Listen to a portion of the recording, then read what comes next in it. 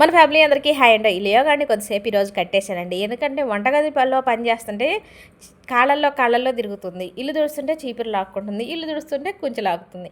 ఇలా అయితే నీతో పని కాదులే అని కట్టేశానండి. కానీ కట్టేసిన తర్వాత అర్థమైంది, పనులకు అడ్డం వచ్చేదానికంటే నిన్ను ఇట్లా కట్టేయటమే పెద్ద తలనొప్పి అయిందిరా బాబు అని. వాడు అరిసే అరికి చెవులు గింగురు అంటున్నాయి. అమ్మో, ఈ తలనొప్పి నాకొద్దు నాయన, నువ్వేమన్నా చేసుకో అని వదిలిపెట్టేశాను.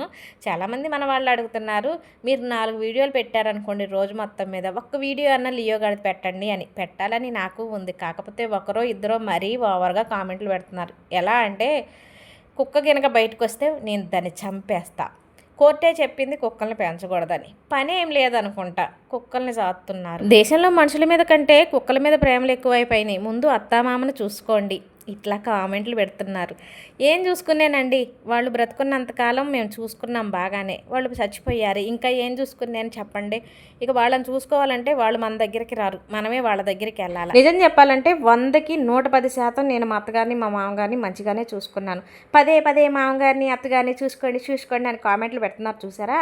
మీరు అసలు మీ ఇంట్లో వాళ్ళు మీ అమ్మని మీ నాన్నని మీ అత్తని మీ మామని మంచిగా చూసుకుంటున్నారో లేదో ఒకసారి వెనక్కి తిరిగి చూసుకోండి.